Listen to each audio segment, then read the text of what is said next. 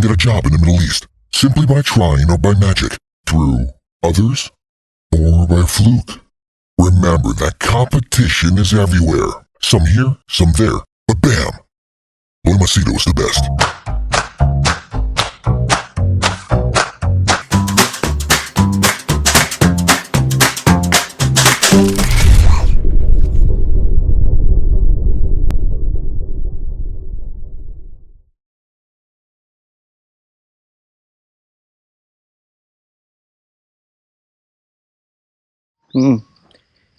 So, Razor Ramon or Scott Hall has died.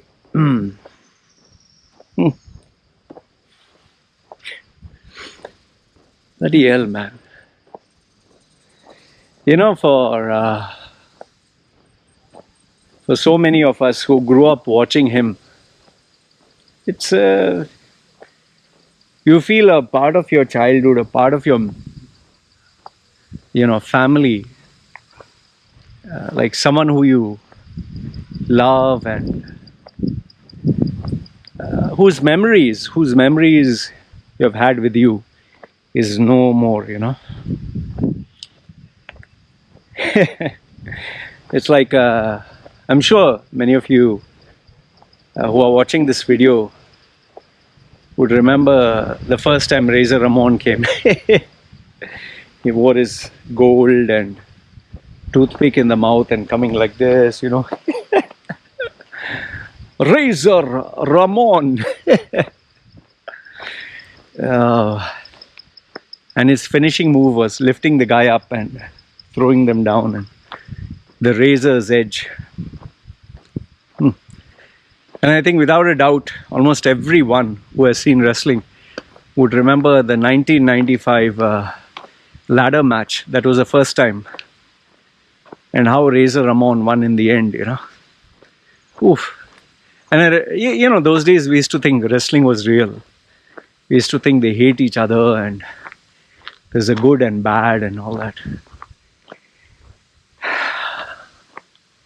So for people like me who grew up watching him, losing Razor Ramon, you have that emptiness that feels inside. I'm sure if you see the news, you would know this, that he was in a coma and he had 3 times heart attack, and finally they decided to pull the plug. It's a very tough choice, if you think about life. Just imagine someone who you love is on a bed with a life support, and the doctor tells you, it's a matter of time before they die. What do you want to do? Do you want to pull the plug? Because you're just stopping the inevitable, It's a tough choice. Razor Ramon or Scott Hall, he had, substance abuse, smoking, drinking, drugs.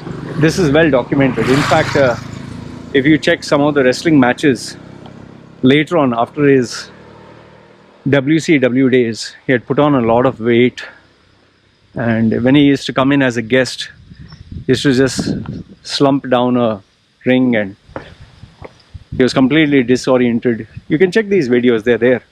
You just look up, and he was in a daze because he was so high,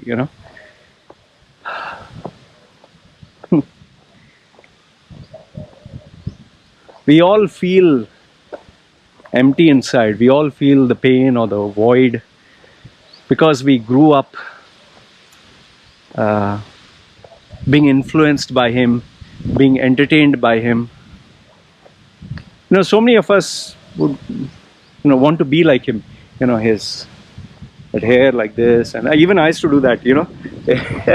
As I turn my hair, I had like this, my hair this way, so I turned my hair this way and keep. My father once caught it and chopped it off. That's a different story. Anyway, so, and his shoulders were big, his chest was big. He was like a really strong alpha male, And him, Shawn Michaels, and Kevin Nash was Diesel. They form the clique. Yeah. It's like small boys, they would do this. that gang of wrestlers.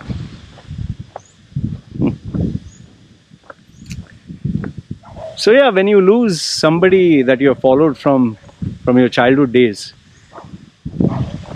you feel it inside. And as you see the landscape of legends and idols that you admired, and one by one they are dying, it kind of is a stark reminder for you that you're also getting old, I'm also getting old.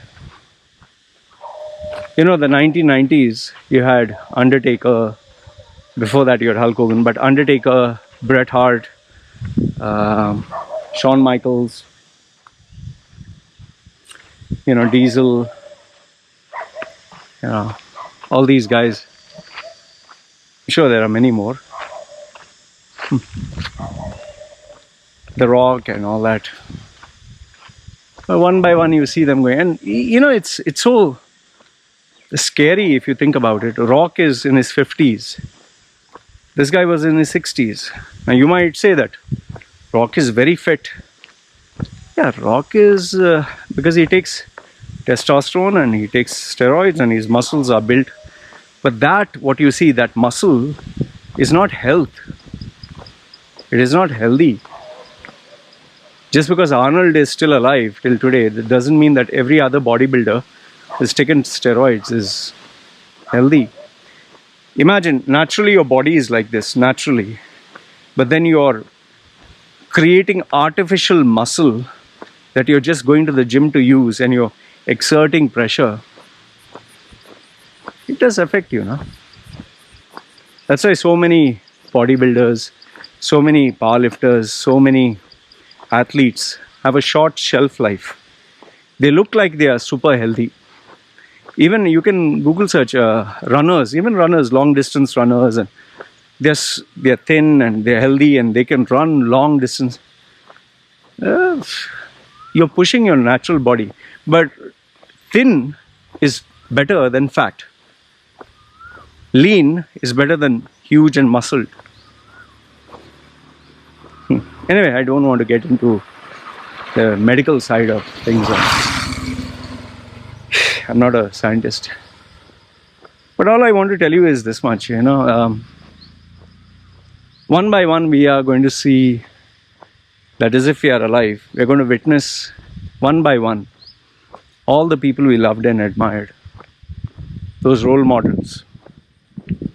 Each one by one they will die.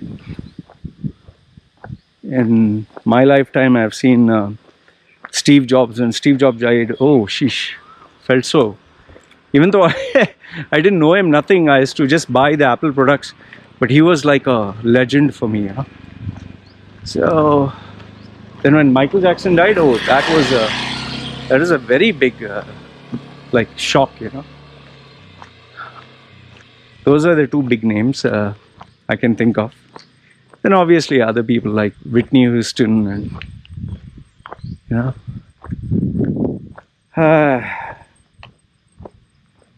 you see, even this bodybuilder who just died, Flexitron, Sean Flexitron, what is it, Sean something. He was only in his 40s, man. Anyway, yeah, I just want, just to say, like, if I could say something to Razor Ramon, I would just say thank you, sir. I'd just say, like, thank you, sir. Out of respect, like, you're a legend. You are my superhero. Like, you are my larger than life. As a small boy, you'd see these guys. Wow, Sadly, we only have one such icon in a generation.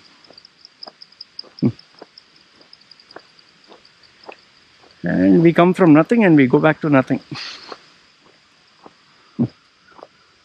For anyone who believes in heaven and hell, He's with the angels and he's maybe resting in heaven. Anyway, just Razor Ramon.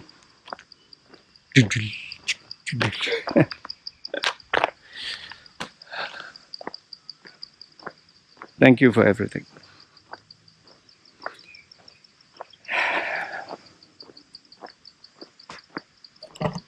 Take care.